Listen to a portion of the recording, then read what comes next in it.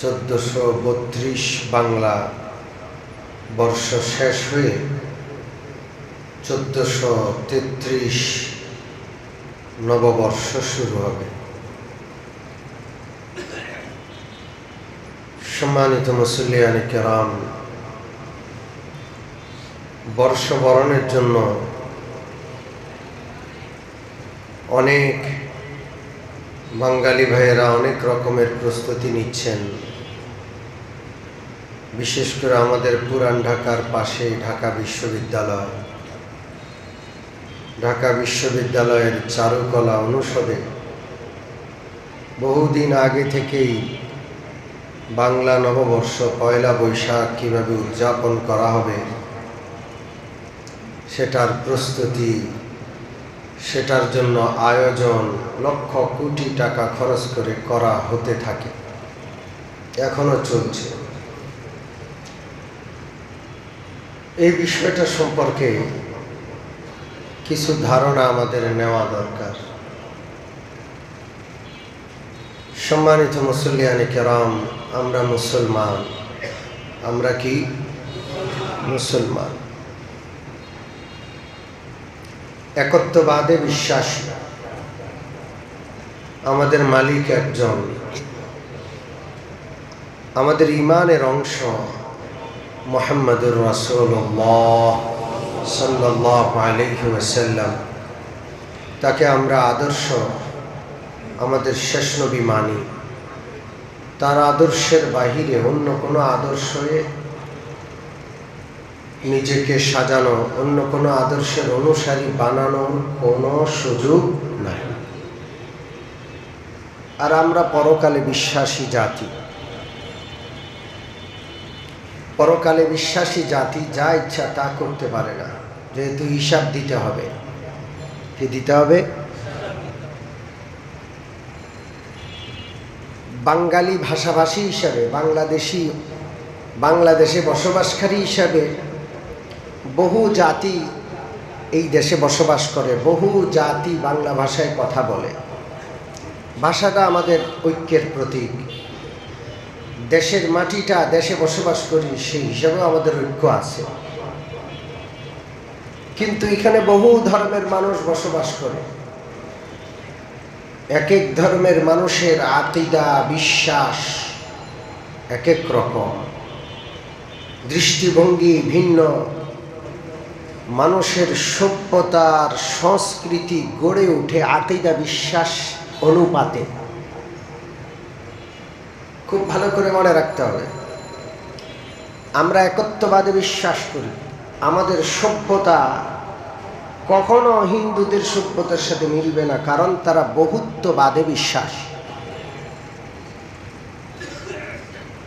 এবং বহুত্ববাদে বিশ্বাসী হিন্দুদের সভ্যতা আমাদের সভ্যতার সাথে মিলবে না। আমাদের সংস্কৃতি তাদের সংস্কৃতিতে একসাথে হতে পারে না। আমাদের সংস্কৃতি পর্দার সংস্কৃতি। পুরুষগণ নজরের হেফাজত করবে, নারীগণ পর্দা করে পুরুষের নজর থেকে নিজেকে আড়ালে রাখবে। এগুলো আমাদের সভ্যতা, আমাদের ধর্ম, আমাদের বিশ্বাস। এটা আমাদের ফরজ আকিদা। তো এক ধর্মের মহিলারা পর্দা করে না, আরেক ধর্মের মহিলারা পর্দা করে। বেপর্দা আর পর্দানুসীন এই দুই রকমের মহিলাদের সভ্যতার সংস্কৃতি এক হতে পারে? এক ধর্মে গান হারাম, আরেক ধর্মে গান ইবাদত, সঙ্গীত ইবাদত। তারা তাদের পূজা মণ্ডপে তাদের দেবদেবীর সামনে নেচে গেয়ে দেবদেবীকে সন্তুষ্ট করে। আর আমাদের ধর্মমতে নাচা গাওয়া, বাদ্যযন্ত্রে বাড়ি দেওয়া পর্যন্ত হারাম। কোনো বাদ্যযন্ত্র রাখাও হারাম। তো দুই জাতির সংস্কৃতি কখনো এক হতে পারে? সভ্যতা কখনো এক হতে পারে? এই পয়লা বৈশাখ নাম করে নববর্ষ উদযাপনের নামে আমাদের পার্শ্ববর্তী রাষ্ট্র আমাদের উপর হিন্দুয়ানি সংস্কৃতি চাপিয়ে দিতে চায়। বাঙালি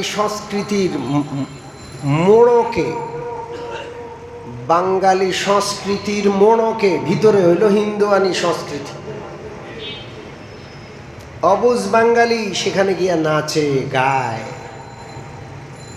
ঠিক দুর্গা পূজার সময় দুর্গা দেবী যেরকম তাকে বিসর্জন দেওয়া হয়, বিদায় দেওয়া হয়, র্যালি বের করা হয়, এই র্যালি আর আমাদের পয়লা বৈশাখের র্যালির মধ্যে কোনো ব্যবধান নেই, তেমন কোনো ব্যবধান নেই। সম্মানিত মুসল্লিয়ানে কেরাম, শাখা সিঁদুর আঁকা এগুলো হিন্দুয়ানি সংস্কৃতি। মহিলারা শাখা সিঁদুর, মহিলারা সিঁদুর লাগাবে, লাল টিপ লাগাবে, ইত্যাদি ইত্যাদি আরও যেগুলো আছে। সকালবেলায় যখন সূর্য উঠবে তখন সূর্য উদয়কে কেন্দ্র করে নেচে গেয়ে সূর্যের পূজা দিবে। এগুলো কি ইসলামে আছে? জোরে বলেন না। হিন্দুয়ানি সংস্কৃতিকে মুসলমানদের মধ্যে ঢুকানো হচ্ছে। এই নববর্ষ উদযাপন সর্বপ্রথম 1907 সালে, কত 1907 সালে বিশ্বকবি রবীন্দ্রনাথ ঠাকুর শান্তিনিকেতনে আহ্বান করেন যে সব ধর্মের মানুষেরা আসেন, আমরা একটা সাংস্কৃতিক ঐক্য গড়ে আমরা পয়লা বৈশাখ উদযাপন করি। এর আহ্বান করেছিলেন সর্বপ্রথম কে? কোন সালে? 1907 সালে।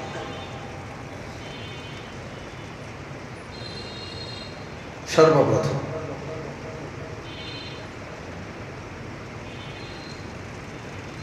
আল্লাহু আকবার। তো তার ডাকে মুসলমানরা কেউ সাড়া দেয় নাই। শান্তিনিকেতনের জায়গাটা কোন জায়গা? যেখানে ইন্দিরা গান্ধীর সমাধি, রাজীব গান্ধীর সমাধি, মহাত্মা গান্ধীর সমাধি, সেই সমাধিকে কেন্দ্র করে তারা পয়লা বৈশাখের সাংস্কৃতিক অনুষ্ঠান উদযাপন করবে। মুসলমানরা সেই ডাকে তখন সাড়া দেয় নাই। কিন্তু এখন মুসলমানকে গিলানো হয়েছে বাঙালি সংস্কৃতি। এই জন্য মুসলমান নিজের তাওহীদ, নিজের একত্ববাদ, নিজের রাসূলুল্লাহ আদর্শ সব কিছু বিসর্জন দিয়ে ওখানে যাওয়া শুরু করেছে। সম্মানিত মুসল্লিয়ানে কেরাম, আমরা এটাকে কি উদযাপন করব? আমরা এটাকে সমর্থন করি? উত্তরায় আমার মসজিদের পাশে মাঠ আছে, খেলার মাঠ। বিগত সরকারের আমলে তো আমরা কিছু বলতে পারি নাই। সেখানে প্রতি পয়লা বৈশাখে 3 দিন ব্যাপী বিশাল মেলা উদযাপিত হইতো। আমরা দাঁত মুখ খিচে সহ্য করতাম, কিছু করার নাই। ওই সরকারের আমলটা ছিল এমন, কিছু বলা যাবে না, বলতে পারি নাই। কিন্তু এই বছর আমরা আলটিমেটাম দিছি, আমরা ওই মাঠে ঈদের জামাত করি। রোজার ঈদের জামাতও হয়েছে, কোরবানি ঈদেরটাও হবে। আমরা আলটিমেটাম দিছি, খবরদার এখানে পয়লা বৈশাখের আয়োজন, পয়লা বৈশাখ উপলক্ষে 3 দিন ব্যাপী মেলার আয়োজন চলবে না। ঢোল বিক্রি হবে, তবলা বিক্রি হবে, সাংস্কৃতিক অনুষ্ঠানের নামে নারী পুরুষের মেলা, সেক্টরের ভিতরে হাঁটা যায় না। আমরা সকল মুসল্লির ঐক্যমত পোষণ করে আমরা বলছি, যদি এখানে মেলা হয় আমরা সব মুসল্লি মসজিদ থেকে বের হইয়া মেলায় গিয়ে উঠব, দেখি কার কত বড় সাহস মেলা করবে। আমরা বয়কট করবো এটাকে। রাজি আছি? জোরে বলেন, রাজি আছি? নববর্ষ উদযাপন করা এটা মুশরিকদের সংস্কৃতি। আল্লাহর হাবিব মুহাম্মদুর রাসূলুল্লাহ সাল্লাল্লাহু আলাইহি ওয়াসাল্লাম মক্কা থেকে যখন মদিনায় গেলেন, মদিনার মুশরিকরা নববর্ষ উদযাপন করত নওরোজ। পারস্যরা যেমন, অগ্নি পূজকরা যেমন নওরোজ বৎসরের শুরু দিন নববর্ষ উদযাপন করে পালন করত, মদিনার মুশরিকরাও সেটা দেখে দেখে নওরোজ উদযাপন করত। আল্লাহর হাবিব সাল্লাল্লাহু আলাইহি ওয়াসাল্লাম তাদেরকে জিজ্ঞেস করলেন, এটা কেমন আনন্দ, কেমন উৎসব, বলো দেখি এর ইতিহাস কি? তারা বলল, কুন্না নালাবু ফীহিমা ফিল জাহিলিয়া। ওগো নবী, এর কোনো হেতু জানি না, আমাদের বাপদাদারা করতেন জাহিলি যুগে, আমরাও করি। আল্লাহ রাসূল সাল্লাল্লাহু আলাইহি ওয়াসাল্লাম বললেন, এখন আর এটা করা যাবে না। قد أبدلكم الله بهما خيرا منهما। আল্লাহ তাআলা উত্তম ঈদ, উত্তম উৎসব তোমাদেরকে দিয়েছেন, যে উত্তম দুইটা উৎসব দিয়েছেন, একটা ঈদুল আজহা আর একটা ঈদুল ফিতর। কয়টা উৎসব মুসলমানদের? কয়টা উৎসব? দুইটা। এই তৃতীয় উৎসবটাকে, এটাকে রাষ্ট্রীয় রূপ দেওয়া হচ্ছে, আস্তে আস্তে আস্তে এর গুরুত্ব বাড়ানো হচ্ছে। ঈদে যেমন বোনাস, এটা তো বোনাস, এটা তো ছুটি, বিভিন্ন জিনিস এটাকে কেন্দ্র করে দেওয়া হচ্ছে। এগুলোকে আমরা মানি? জোরে বলেন। আমরা ঘৃণা করি, আমরা ঘৃণা করি। আমরা দুই ঈদের বাইরে কোনো উৎসব মানি না, জাতীয় কোনো উৎসবও আমরা মানি না।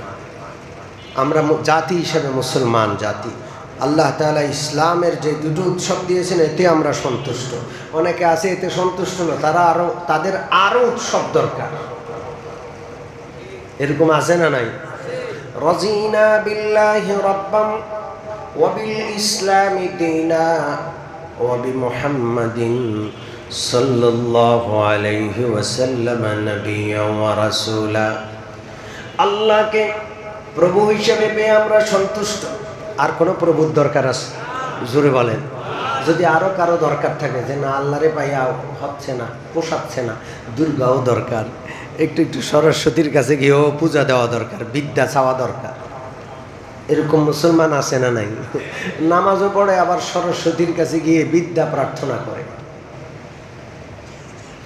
আমরা আল্লাহকে প্রভু হিসেবে পেয়ে সন্তুষ্ট। আল্লাহর বাহিরে আর কোনো প্রভুর আমাদের প্রয়োজন নাই। লা ইলাহা,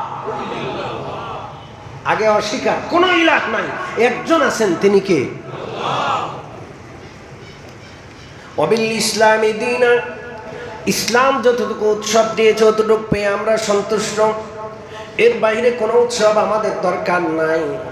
দুই ঈদের বাইরে যারা উৎসব তালাশ করে বেড়ায়, আরও তাদের দরকার উৎসব, তারা ইসলামের উৎসবে সন্তুষ্ট না, আল্লাহর একত্ববাদে সন্তুষ্ট না হইলে যে দশা, ইসলামের উৎসবে, ইসলামের দেওয়া বিধিবিধানে যে সন্তুষ্ট নয়, তার একই দশা।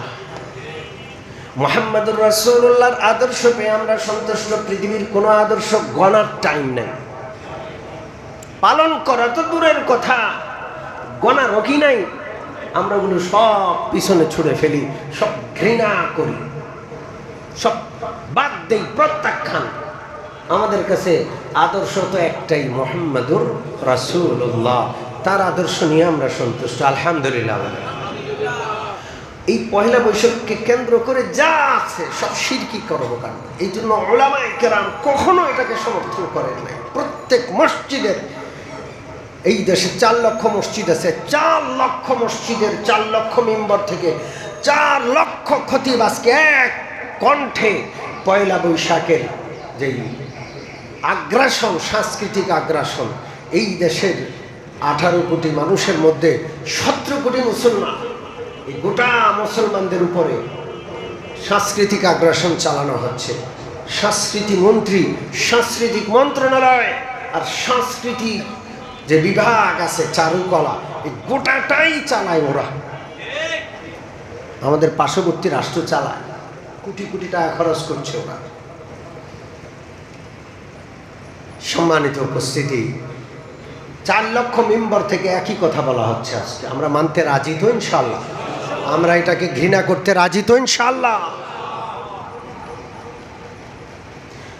ভারতের জাতীয় পাখি ময়ূর, কি নাম? ময়ূর। আপনারা দেখবেন যে ময়ূরের প্রতিকৃতি সেখানে বাইর করা হয়। এরপরে দেবদেবীর বাহন কার্তিক। দেবদেবীর বাহন কি? দেখবেন যে পয়লা বৈশাখের যে শোভা র্যালি আছে, র্যালির মধ্যে কার্তিকের দেবদেবীর বাহনের বিশাল বড় প্রতিকৃতি আছে। এরপরে আমাদের টুপি, আমাদের দাড়ি, এগুলোকে ব্যঙ্গ করে আজকে পয়লা বৈশাখে এগুলোকে ব্যঙ্গ করে তারা বড় বড় মূর্তি বানায়, বৎসরোধ করে, আকৃতির দিকে তাকানো যায় না এমন বিকৃত করে। এরপরে পেঁচা, এই পেঁচার ছবিও আছে। অর্থাৎ হিন্দু ধর্মে যেই প্রাণীগুলোকে বিশেষ মর্যাদা দেওয়া হয়েছে, বিশেষ গুরুত্ব দেওয়া হয়েছে, সমস্ত পশু পক্ষীগুলোর আকৃতি সেখানে আছে। এগুলোর সাথে ইসলামের মুসলমানরে বাঙালি বলে চালায়া দেওয়ার মতো যে সংস্কৃতি দেওয়া হচ্ছে, এগুলোর কোনো সম্পর্ক ইসলামের সাথে নাই। আছে নাকি? এখন আসেন, এই বর্ষটা আসলো কবে থেকে? বৈশাখ, জ্যৈষ্ঠ, আষাঢ়, শ্রাবণ, ভাদ্র, আশ্বিন, কার্তিক, অগ্রহায়ণ, পৌষ, মাঘ, ফাল্গুন, চৈত্র, এই যে 12টা মাস, এখন 1432 বাংলা শেষ হইয়া 1433 বাংলা শুরু হবে। এই যে বাংলা সন, এটার উৎপত্তি কোত্থেকে সেটা একটু জানা দরকার। পয়লা বৈশাখের অনুষ্ঠান সম্পর্কে আপনাদেরকে শোনানোর পর এই গোটা বর্ষটার উৎপত্তি কোত্থেকে সেই ইতিহাসটা শোনাবো ইনশাআল্লাহ। আজ থেকে 500 বছর আগের কথা। মোগল সম্রাটরাই ভারত মহাদেশ পরিচালনা করত। একজন কুখ্যাত মোগল সম্রাট, তার নাম হলো বাদশাহ আকবর। কি নাম জোরে বলেন? বাদশাহ হুমায়ুনের ছেলে বাদশাহ আকবর। কুখ্যাত, আমি তাকে কুখ্যাত বললাম। আপনি দেখবেন ইংরেজদের ইতিহাস পড়লে তাকে গ্রেট বলা হয়েছে। মহামতি আকবর মানে মহামানব, অতি মানব। সে সাধারণ মানুষ না। আমরা যেমন নবীদেরকে মহামানব মনে করি, ইংরেজদের ইতিহাসে আকবরকে মহামানব মনে করা হয়। দ্য গ্রেট আকবর না কি জানি বলে। আর আমি বললাম কুখ্যাত। এই দুই রকমের কথা কেন আসলো? ওরা বলে মহামতি আকবর, আর আমি বা ওলামাই কেরাম বলেন কুখ্যাত। ব্যাপারটা কি? দুই রকমের মন্তব্য কেন? মুমিন মুসলমান মনে রাখবেন, ইতিহাসে যারা যারা ইসলাম এবং মুসলমানের 12টা বাজাইছে, ইংরেজদের কাছে তাদের অনেক দাম, অনেক মূল্য, অনেক মূল্যায়ন। আর যারা যারা ইসলামকে ধ্বংস করেছে, ইসলামের 12টা বাজানোর চেষ্টা করেছে, মুসলমানদের কাছে তারা খলনায়ক। এই আকবর আমাদের কাছে খলনায়ক, মারাত্মক রকমের পাপিষ্ট। এই জন্য আমরা কুখ্যাত বলি। আর ও যেহেতু ইসলামের 12টা বাজাইছে, ওদের কাছে হিরো। সম্মানিত মুসলিয়ানে কেরাম, কামাল আতাতুর্ক তুরস্কের একজন নেতা, নাম কি? কামাল আতাতুর্ক। এই দুষ্ট ইসলামী খেলাফত ব্যবস্থা পৃথিবী থেকে ধ্বংস করার জন্য অবদান রেখেছে। আমাদের কাছে কুখ্যাত, ইতিহাসে আস্থা করে নিক্ষিপ্ত, জাহান্নামী, নাস্তিক। কিন্তু ইংরেজদের কাছে মহা দামি, নাস্তিকদের কাছে এর আকাশচুম্বী মর্যাদা। এই জন্য হাজার হাজার মাইল দূরে এই দেশে আতাতুর্কের কোনো দাম নাই। এই দেশেও কামাল আতাতুর্কের নামে এভিনিউ করা হয়েছে, কামাল আতাতুর্কের নামে সড়ক করা হয়েছে। ঠিক কি ঠিক না? অথচ কামাল আতাতুর্ক কুখ্যাত। এই আকবরও এমন। 51 বছর রাজত্ব করেছে আকবর। কয় বছর? জোরে বলেন। নাবালেক থাকতেই তার বাপ যখন মারা যায়, সে নাবালেক শিশু। তারে সিংহাসনে বসায় দিছে। এই নাবালক আকবর তখন থেকে রাজত্ব শুরু করে তার রাজত্বকাল ছিল অর্ধ শতাব্দীর চাইতেও বেশি, 51 বৎসর। পড়াশোনা ছিল না, বিদ্যা বুদ্ধি তেমন কিছু ছিল না। তার কিছু চাটুকার ছিল, তারা তারে চালাইত। মুসলমান কখনো চাটুকার হতে পারে না। যেই লোক মুসলমান হইয়া চাটুকার, মনে করবেন সে তার ধর্ম, তার আদর্শ বিসর্জন দিচ্ছে বা দিয়ে ফেলেছে। জন্মের চাটুকার হলো হিন্দুরা। প্রণাম করবে, মাথা নোয়া ফেলবে, পায়ে চুমে দিবে। কথা কি বুঝেননি? এগুলো মুসলমান পারে? জোরে বলেন। কোথায় কোথায় মাথা নিচু করে সম্মান করবে, এটা মুসলমান করবে না। এটা কারা করবে? জোরে বলেন। আকবরের চতুর্পাশে এই চাটুকারদের আখড়া হলো। তারা দেখলো আকবর হইল মুসলমান, যদি ইসলামের বুঝ পেয়ে যায়, আলেমুল আমাদের সঙ্গ লাভ করে, সে তো পাক্কা মুসলমান হয়ে যাবে। তারে যেটা বোঝানো যায় সেটাই সে বুঝে, সেটা লইয়াই শুনে। তো এরা তারে তো আর সরাসরি বলতে পারে না আপনি হিন্দু হয়ে যান। তারে বলল, তারে বিভিন্নভাবে বুঝাইল যে আপনি মহামানব হয়ে যান। আল্লাহর কি হিকমত, আশেপাশে কিছু উলামায়ে সু, জাহান্নামী কিছু আলেম, নামধারী কিছু আলেম তার আশেপাশে জুটে গেল, যারা এই হিন্দু চাটুকারদের পিছনে পিছনে থাকতো। এরা সবাই মিলে পরামর্শ করলো যে আকবরকে কিভাবে মহামানব বানানো যায়। তো এরা বলল, আমি পুরা ইতিহাস শোনানোর সময় নেই, সংক্ষেপে আপনাদেরকে 2-1টা পয়েন্ট শোনাবো। এরা তারে বুঝাইল যে মুহাম্মদুর রাসূলুল্লাহ একজন নবী ছিলেন। 1000 বছর পর প্রত্যেক নবীর নবুয়তের কাল, সময় শেষ হয়ে যায়। ইসলামের মহানবীর সময়কালও শেষ, 1000 বছর চলে গেছে। এখন আপনি সেই জায়গায় আসেন, তা আমার কি করতে হবে? আপনি এখন কালিমায় আপনার নাম যুক্ত করতে হবে। আকবর ইসলামের কালিমা ব্যান্ড করলো, লা ইলাহা ইল্লাল্লাহ পর্যন্ত ঠিক আছে, মুহাম্মদুর রাসূলুল্লাহ ব্যান্ড। মুহাম্মদুর রাসূলুল্লাহর জায়গায় আকবর খলিফাতুল্লাহ। মুসলমানের কালিমার 12টা বাজায় দিল। এখন আকবরের কালিমা হইল লা ইলাহা ইল্লাল্লাহ আকবরু খলিফাতুল্লাহ। চিন্তা করেন, চিন্তা করেন কি 12টাটা বাজাইছে। মুসলমানদের সালাম নিষিদ্ধ করল। আসসালামু আলাইকুম ওয়া রাহমাতুল্লাহ, এইভাবে সালাম দিলে সালামের অপরাধে মুসলমানদেরকে ধরে ধরে ফাঁসিতে ঝুলাইত। সালাম পরিবর্তন করে নতুন সালাম সে আবিষ্কার করল। কি সালাম? একজন আরেকজনকে দেখলে বলবে আল্লাহু আকবার, অপরজন জবাব দিবে জাল্লা জালালুহু। সালাম হইল আল্লাহু আকবার, সালামের জবাব হইল জাল্লা জালালুহু। সালামের 12টা বাজাই।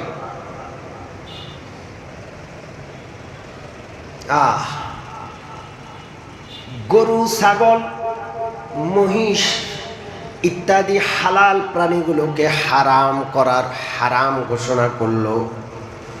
কুকুর শুয়োরে হালাল বলে দিল। কথা কি বুঝছেন? গরু জবাই করা নিষেধ, কারণ গরু হিন্দু ধর্মের, কথা কয় না। গরু জবাই নিষেধ। জবাই করতে হবে কি? কুকুর, শুয়োর ইত্যাদি ইত্যাদি। এবং খালাতো বোন, মামাতো বোন, ফুফাতো বোন এদেরকেও বিয়া নিষিদ্ধ। এইভাবে আরো কত কি যে করলো। আকবরের দরবারে ঢুকতে হইলে মাথা নিচু করে কুর্নিশ করে ঢুকতে হবে। দরবারের দুয়ারটা, প্রবেশ দ্বারটা এতটা নিচু, কেউ ঢুকতে গেলে মাথা নিচু করে, অনিচ্ছায় হলেও তার সামনে মাথা নিচু করে সিজদা করে ঢুকতে হবে। আল্লাহ। হযরত মুজাদ্দিদ আল-ফিসানি রাহমাতুল্লাহ আলাইহি একবার তার দরবারে ডাকা হলো। মুজাদ্দিদ আল-ফিসানি রাহমাতুল্লাহ আলাইহি দরবারের সামনে এসে দেখেন গেটের উপরের জায়গাটা ঝুঁকানো, নিচে মাথা নিচু করে ঢুকতে হবে, এই ছাড়া কোনো উপায় নেই। মুজাদ্দিদ আল-ফিসানি রাহমাতুল্লাহ আলাইহি মাথা নিচু করে ঢুকলেন না, প্রথমে পা ঢুকাইলেন, এরপরে এমনি করে মাথা পিছনের দিকে নিচু করে ঢুকলেন। কথা কি বুঝতে আছে? জোরে বলেন, বুঝেন? বাদশাহ আকবরের চাটুকাররা বলে, এত বড় সাহস, জাহাপনার দরবারে এসে তার আদব লঙ্ঘন করে আগে পা দেখাইল, এই মুনবির শিরচ্ছেদ করে দেওয়া হোক। হযরত মুজাদ্দিদ আল-ফিসানি রাহমাতুল্লাহ আলাইহি মুস্কি হাসলেন। তার শিরচ্ছেদ করার কথা উঠছে, তিনি ভয় না পেয়ে মুস্কি হাসলেন। তিনি বুঝাইতে চাইলেন, আবে জমজম খরদা বুদম আবে শোরা কায় খরাম, আবে জমজম খরদা বুদম আবে শোরা কায় খরাম, পাদশাহী করদা বুদম পাসে বানি কায় কোনাম। তিনি বুঝাইতে চাইলেন, এই মাথা তো একজনের সামনে জীবনভর নত হয়েছে, তিনি কে? যেই মাথা আল্লাহর সামনে নত হয়েছে, ওই মাথা ধড় থেকে কেটে মাটিতে পড়ে যাবে। কোন রাজা, বাদশাহ, ক্ষমতাসীন গায়রুল্লাহর সামনে নত হতে পারে না।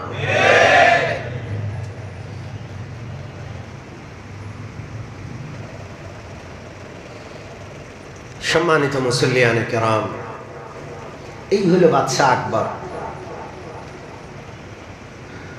বাদশাহ আকবর ইসলাম ধর্ম, হিন্দু ধর্ম, খ্রিস্ট ধর্ম, তিন ধর্মকে একসাথ করে একটা ধর্ম বানিয়েছিল। এর নাম দিছিল দ্বীনে ইলাহি।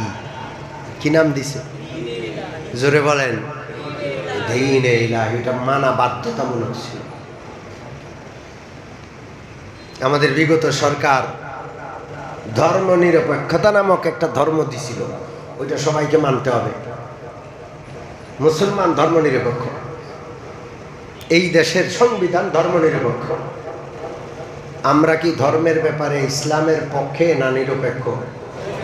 জোরে বলেন, ইসলামের পক্ষে। কেউ নিরপেক্ষ না। হিন্দু ধর্ম, ধর্মের ব্যাপারে হিন্দু ধর্মাবলম্বী হিন্দু ধর্মের পক্ষে, খ্রিস্টানরা খ্রিস্ট ধর্মের পক্ষে, সবাই যে যা ধর্মে সে ওই ধর্মের পক্ষে, কেউ নিরপেক্ষ না। এই ধর্ম নিরপেক্ষতা মতবাদটার ধারণা আকবর থেকে নেওয়া হয়েছে। সবগুলো গোলমাল বাঁকাই একটা জগা খিচুড়ি ধর্ম। ঈদের দিন ঈদের নামাজে আসবে, পূজার দিন পূজায় যাবে। এই কাজ আগের সরকার করছিল, ঠিক কি ঠিক না? আল্লাহ ওদেরকে হেদায়েত করুন, ওদের ইমান আবার দোহরাইয়া ইমান আনার তৌফিক দান করুন। ধর্ম নিরপেক্ষতা মতবাদ এটা কুফরি মতবাদ। সম্মানিত মুসল্লিয়ানে কেরাম, এই আকবর বাংলা বর্ষের শুরু করলো। কেন শুরু করলো? তার প্রজাদের থেকে সে খাজনা কালেকশন করবে। এই খাজনা কালেকশনটা সুবিধা হয় এমন একটা বৎসর, এমন একটা সনের যেন হিসাব তৈরি করা হয়।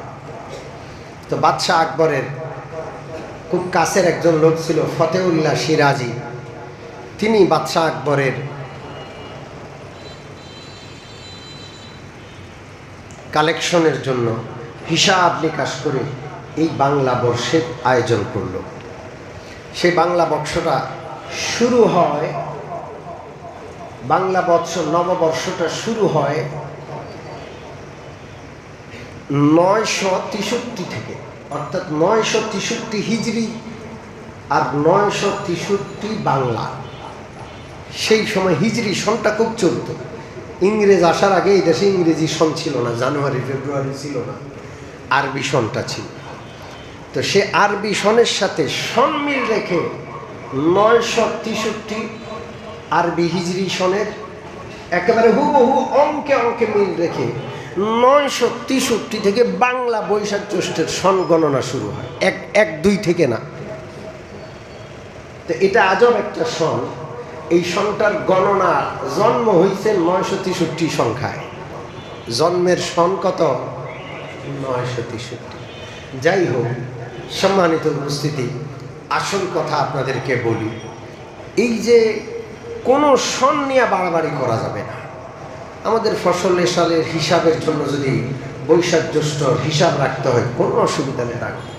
কিন্তু এই বর্ষের যে উৎপত্তি যিনি করছেন বাদশাহ আকবর, তার আদর্শও পালন করা যাবে না। এবং যারা পরবর্তীতে এই বৎসরের শুরু দিনকে নববর্ষ উদযাপনের জন্য রবীন্দ্রনাথ ঠাকুর যেটা শান্তিনিকেতনে আয়োজন করেছিলেন, সেটাকেও আমরা মানি না। আর সেটা এই দেশে আসছে আজ থেকে 40 বছর আগে, এর আগে ছিল না। মাত্র 40 বছর আগে বাংলাদেশে মাটিতে শুরু হয়েছে। এগুলোকে আমরা প্রত্যাখ্যান করি। আমরা 2টা ঈদ পালন করি। কয়টা ঈদ? অন্য কোনো উৎসবের দরকার আছে? জোরে বলেন। আল্লাহ তাআলা যেন আমাদেরকে ইসলামের উপর সন্তুষ্ট থাকার, আল্লাহর উপর সন্তুষ্ট থাকার, রসুলের উপর সন্তুষ্ট থাকার তৌফিক দান করেন। পাশাপাশি গায়রুল্লাহ, ইসলাম বহির্ভূত যে কোনো বিষয় থেকে নিজেকে বাঁচানোর তৌফিক দান করেন। আমিন। ওয়া আখিরু দাওয়ানা আলহামদুলিল্লাহ।